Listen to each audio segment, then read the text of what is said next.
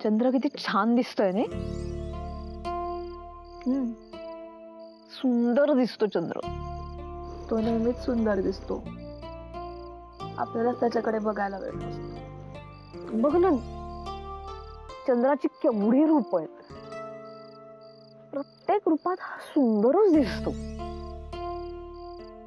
आणि प्रत्येक बाई ही अशी चंद्रासारखी असते. तिच्या मनात किती काय काय दडलेलं असतं, किती ताकद असते तिच्यात किती गुण असतात. ते जेव्हा असे सरसरून वर येतात ना, तेव्हा प्रत्येक बाई सुंदर दिसते. प्रत्येक बाई रोज वेगळी आणि रोज सुंदर दिसते. मला पूर्वी असं वाटायचं की हे असं आपलं आहे, म्हणजे ही जी अंधारातली बाजू आहे ना, त्याच्यामध्ये आपलं सगळं असं मनातलं दुःख, वेदना, हे जे सगळं आहे ना, ते या अंधारातल्या बाजूत ठेवून द्यायचं. आणि ही जी उजळलेली बाजू आहे ना, तसं आपण असावं, आनंदी. काळी बाजू किती महत्वाची आहे. त्याशिवाय चंद्र पूर्णच होत नाही. काळी बाजू नसेल तर त्याच्या उजळणाऱ्या बाजूला काय महत्व. तेच ते मला जे वाटत होतं ना, ते चुकीचं होतं. ते असं मला असं वाटत होतं ना, की माझं लग्न झालं गुरुनाथशी की सगळं छान होईल, पौर्णिमेच्या चंद्रासारखं सगळं मस्त आनंदी सुखी असणार आपण. मग मी संसारात रमत गेले, संसार करत गेले. पण त्या सगळ्या गडबडीमध्ये माझ्या एक गोष्ट अगदी नीट लक्षात येते की मी असं माझ्यातलं आतलं काहीतरी हरवून बसले होते. मग तू आयुष्यात आली, मग तर संपलंच सगळं. वाटलं आता काहीच नाही, काळोख, अंधार, काही दिसत नव्हतं, काय करावं काही कळत नव्हतं, संपलं होतं सगळं माझ्यासाठी. तेच तर ना, आपण चंद्रासारखे असतो ना. आतमध्ये एक अशी चंद्रकोर तयार होते. तसं त्या सगळ्यामुळे ना मला मी जी हरवलेले होते ना, ती पुन्हा सापडले. माझ्यातलं पुन्हा काहीतरी वर आलं सरसरून आणि पुन्हा सापडत गेलं काहीतरी. असं झालं तुझ्यामुळे. Thank you thank you. तुझ्यामुळे मला मी सापडले क्षण. थँक्यू. आज ऐक ना, एकदा कन्फेस करायचं होतं. काय? म्हणजे तू आत्ता म्हणालीस ना की मी तुझ्या आयुष्यात आले आणि मग सगळा काळोख वगैरे म्हणून. मला जी कन्फेस करायची आहे ना, ती गोष्ट खरं तर ही आहे की बोक्याचं आणि माझं बोलणं झालं ना, त्यानंतर मला असं डेफिनेटली जाणवतंय की मला जे काही गॅरीबद्दल वाटत होतं ना, ते आता नाही वाटत आहे. म्हणजे कदाचित ना एक फायनल, एक शेवटचं मोकळं होणं ना, ते बहुतेक बोक्यासमोर झालं. आणि आता मला गॅरीबद्दल नाही वाटत काहीच. आणि मला खूप छान वाटतं. ऍक्च्युली मला खूप हलकं वाटतंय. तुला बरं वाटतंय ना? ईशान्या थँक्स. मला हे सौमित्राला सुद्धा थँक्यू म्हणायचंय. आज तू मी आपण इथे पिकनिकला आलो, हे तुमच्या दोघांच्या प्लॅनमुळे. म्हणून तर आपण इतक्या गप्पा मारू शकतोय. तुला सॉरी म्हणू शकते, थँक्यू म्हणू शकते. तू मी आणि चंद्र, मित्र आपला. त्याच्यासाठी गाणं म्हणायचं का? म्हणू? हो. चंदा रे कभी तो जमी पर आ, बैठेंगे बातें करेंगे.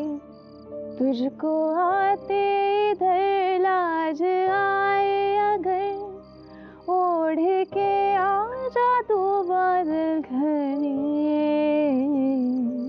चंदा रे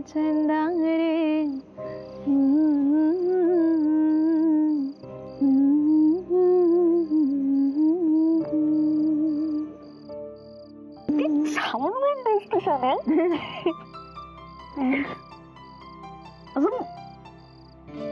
मस्त म्हटलं गाणं. थँक्यू.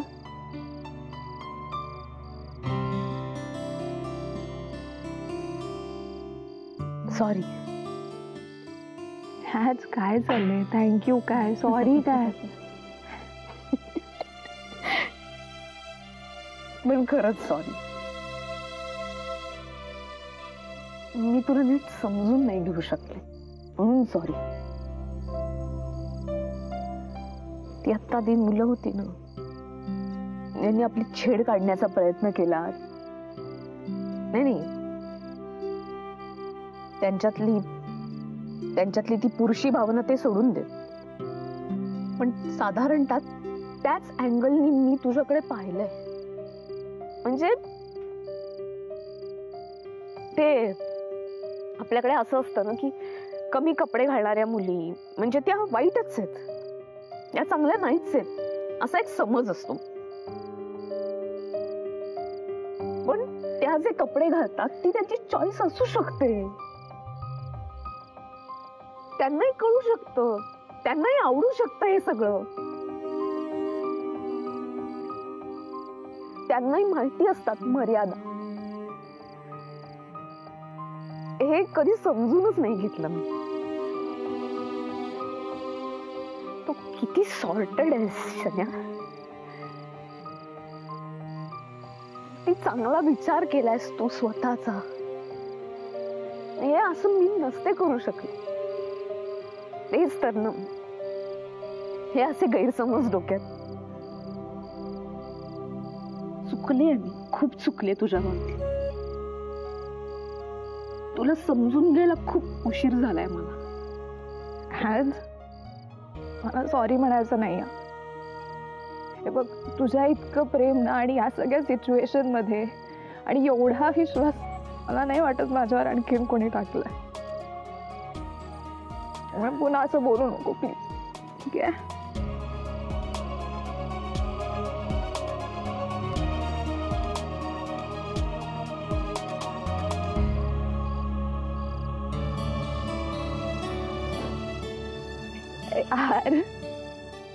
यार काय चाललंय? आपण इथे मज्जा करायला आलोय. आपण काय चाललंय इमोशनल आपलं नाही. इमोशनल वगैरे व्हायचं नाही आता.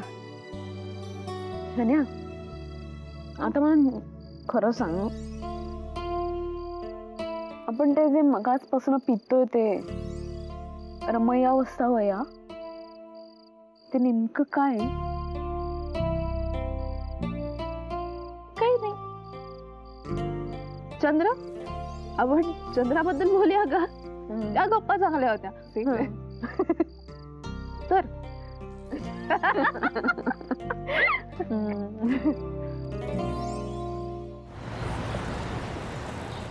चंदा चंदा नरग इतने क्यों होते हैं जुगनू रातों. यार क्या बात आहे. किती वर्षांनी आम्ही असं हे सगळं पार्टी ठीक आहे, गप्पा वगैरे ठीक आहे, असं गाणं म्हणणं किती वर्षांनी करतो आपण.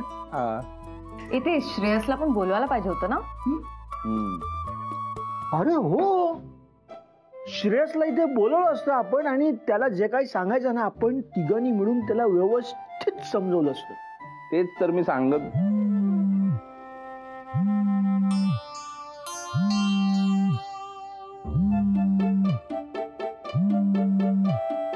हे बघ ना, म्हणजे तू प्यायले म्हणून तुला दाखवतो. हे मला मी नीट वाचतो रे. श्रुतीच लिहिलंय ना.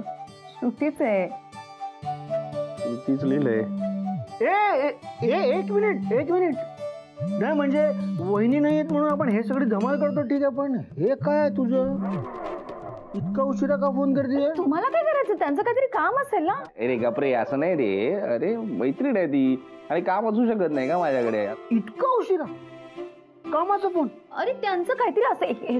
अरे उचला ना. बोल श्रुती. हॅलो सौमित्र. अरे शनाया कुठे आहे? तिचा कॉलच लागत नाहीये म्हणून तुला कॉल केला. हा बोल ना. काय काम होतं का? अरे मला आठवतंय की एकदा ना शो मध्ये असताना शनायाला कॉल आला होता आणि तेव्हा ती देखील म्हणत होती की अरे हा आवाज ओळखीचा वाटतोय. आणि जेव्हा तो स्टुडिओला आला ना तेव्हा तो म्हणत होता की बिंदुराणी वगैरे बिंदुराणी नाहीये, ही शनायाचे, अशी खात्रीच दाखवत होता. मला सांग श्रुती, श्रुती तू नाव विचारलं का त्याला? नाव आय थिंक हा कुणाल नाव होतं त्याचं. आणि हा अजून एक महत्वाची गोष्ट म्हणत होता की शनाया आणि तो ऍज इन कॉलेज डेज मध्ये तिचा बॉयफ्रेंड होता. हो का? अरे तुला कळतंय का श्रुती, तू केवढं मोठं काम केलंयस ते. मला तुझं आधीपासून खूप कौतुक वाटतंच. मला ना आता खूप कौतुक वाटायला लागलंय. तुला कळत नाही, खूप मोठं काम केलंय सगळं श्रुती. थँक्यू. मी सांगतो शनायाला, सांगतो. अजून काही कळलंय का त्याच्याबद्दल? हा म्हणजे आला होता तर विचारलं मी त्याला की तू काय करतोस वगैरे. ओके. तर म्हणाला की तो US मध्ये इंटरनॅशनल चॅनल मध्ये क्रिएटिव्ह हेड आहे म्हणून. वाव. आणि त्यानंतर म्हणाला की आता US ला जाण्याच्या आधी मला शनायाला भेटायचंच आहे. मला तर वाटतं की तो आता शनायाला घेऊनच जाणार आहे US ला. अरे माझ्या गावातला आहे. आणि त्यानंतर म्हणाला की आता US ला जाण्याच्या आधी मला शनायाला भेटायचंच आहे. अरे सांगतो श्रुती मी. मला तर वाटतं की तो आता शनायाला घेऊनच जाणार आहे US ला. बरं ऐक मला मीटिंग आता, नंतर बोलूयात. Okay bye bye bye bye. Good night. एक मिनिट, काय आहे? कामाचं फोन होतो ना, नक्की एवढं काय असतोस तू? नाही बोल, काय बोलली ती तुझी मैत्रीण? हे बघ, म्हणजे ते काय, ते महत्वाचं नाहीये तिचं काय काम होतं. महत्वाचं हे की आपली शनू बेबी आहे ना, ती आता शनू बीबी होणार आहे. काय होणार आहे? चिअर्स. आणि मग त्या पुढची स्टेप असेल शनायाचं लग्न. Sammy wait Shanaya. Oh my God, I can seriously visualize it. कसलं भारी ना. नाही, काहीच काळजी करू नकोस तू. आपण ना ग्रँड लग्न करूया त्यांचं. बट आपल्याला थोडीफार तयारी करावी लागेल, कारण सगळेच इन्व्हॉल्व होतील ना. त्याची मम्मा, यशवंत सर, राधिकाची गँग. हे माया बास यार, काय बोलतेस तू? तुला तरी कळतंय का? काय हे शक्य आहे का सगळं तू बोलतेस ते? तू तर फार लग्नापर्यंत जाऊन पोहोचतेस, नंतर काय अमेरिकेला पाठवणार. एवढं सोपं नाहीये ते, कळलं ना? उगीच आपला हवेत गोळ्या मारू नकोस माया. काही मला नाही वाटत हे सगळे प्लॅन बिन तुझे सक्सेसफुल होतील. कशावरून? सौमित्र राधिकाला सोडून कशाला शनायाच्या मागे लागेल? आणि शनाया तरी राधिकाला का धोका देईल? उगीच काहीतरी बोलू नकोस ना तू. काय अर्थच नाही या सगळ्यात. गुरु बास रे बास. तू का टेन्शन घेतोयस? आणि मुळात ना निगेटिव्हिटी नको पसरवूस. अँड वन मोर थिंग, मी हवेत गोळ्या झाडत नाहीये. Fix it here, okay? मला खूप चांगलं माहितीये मला काय करायचं. माझ्या डोक्यात सगळा प्लॅन रेडी आहे, आणि इनफॅक्ट मी तो एक्झिक्यूटही करणार आहे. तुला एफर्ट्स नसतील घ्यायचे, नको घेऊस. तू चिल मार. मी एकटी हँडल करेन. युजलेस आहेस तू एक नंबर. मला माहिती आहे काय करायचं, आणि मी ते घडवून आणणार. Getting it? तू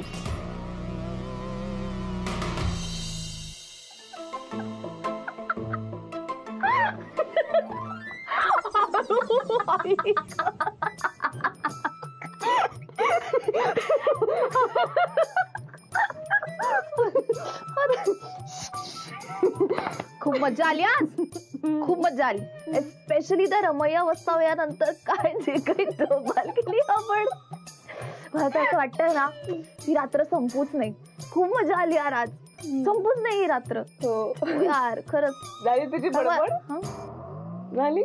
हा. आता ना तू बडबड करू नकोस. अजिबात बोलायचं नाही तू.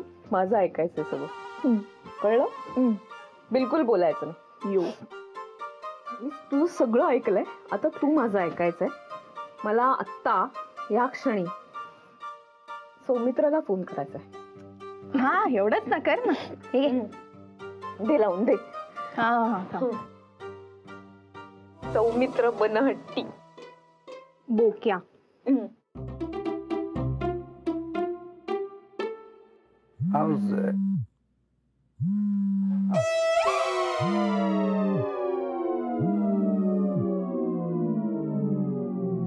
बोल राधा. सौमित्र, बोला. कोण आहेस तू? हा, हे काय म्हणजे काय बोललीस? हा, तू कोण आहेस? कोण तू? तू सौमित्र आहे. नुसता सौमित्र नाही, तू सौमित्र बनहट्टी आहेस. अरे मग बन ना थोडासा हट्टी.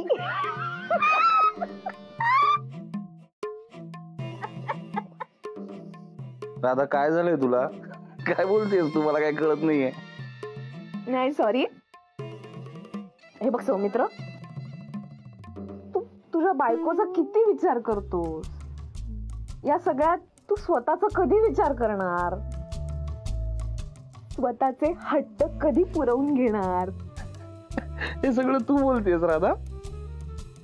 सौमित्र, तू मला किती समजून घेतोस. आता आपलं लग्न झाल्यापासून बघ, तू अथर्वसाठी तसा बाबा नाही मित्र झाला. आता मी शन्याशी मैत्री केली तर तू हे सगळं समजून घेतलंस, विश्वास ठेवलास, तिच्याशी मैत्री केली. तू ऐकतेस ना माझं? हो. मी तुझ्याशी पण बोलतेय. सौमित्राने मला खूप समजून घेतलं. आता मी राधिका सुभेदार हे नाव लावते. मी सौमित्र बनहट्टी नाव नाही लावत, कारण सौमित्रनी मला सांगितलंय की तू मला सांगितलंस की राधिका सुभेदार ही तुझी खरी ओळख आहे. ही आपली ओळख आहे. सुभेदार ही आपली ओळख आहे. पण मी हे नाव लावते कारण गुरुनाथच्या आई वडिलांसाठी. ते माझे सासू सासरे नाहीत, ते माझे आई बाबा आहेत. आणि कोणतीही मुलगी तिच्या आई वडिलांचंच नाव लावते ना, आणि त्यांना बरं वाटतं. जेव्हा बाहेर माझं कौतुक होतं तेव्हा त्यांच्या डोळ्यात आलेलं पाणी मी बघितलंय, आणि त्यांचा हा आनंद मी त्यांच्यापासून नाही हिरावून घेऊ शकत, नाही घेणार. आणि म्हणून मी सुभेदार हे नाव लावते. तरी तुला काही तक्रार नाही, तरी तू सगळं समजून घेतोस. पण तू म्हणजे आता सन्यानी मला सांगितलं की तुझी तक्रार आहे माझ्याबद्दल. राधा काय बडबडतेस तू? काय बडबडतेस काय? तिने मला सांगितलंय तक्रार आहे तुझी. सांग मला काय तक्रार आहे? असं म्हणालीस ना? नाही नाही, असं काय नाही ग. अगं काय अगं? अगं खरंच काही तक्रार नाही राधा. माझी काय तक्रार असणार आहे तुझ्याबद्दल? काय नाही, काय काही नाही, तक्रार नाही, काही नाही. असं कसं? मला माहिती आहे. मी आजच ती तक्रारीचं निवारण करणार आहे. मग कसं येईल हे? मी करते. कर, आत्ता करेल. तू असं कर, तू खिडकीत ये. काय? खिडकीत ये ना. म्हणजे खिडकीत? म्हणजे खिडकीत काय? आता आलास खिडकीत? हो, दोन मिनिटं दे मला. आलास का? नाही, थांब जरा.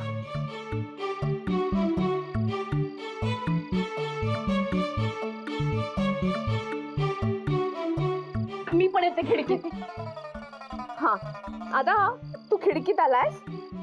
आता बाहेर बघ, वर बघ. चंद्र दिसतोय? मलाही दिसतोय. मी तुझ्यासाठी गाणं म्हणणार आहे. गाणं? कुठलं राधा? आता ऐक. काटे नहीं कटते ये दिन ये रात, कहनी थी जो तुमसे ये दिल की बात, लो आज मैं कहती हूँ I love you,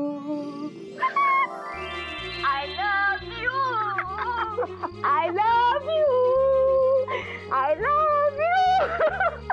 हो, okay, I love you too.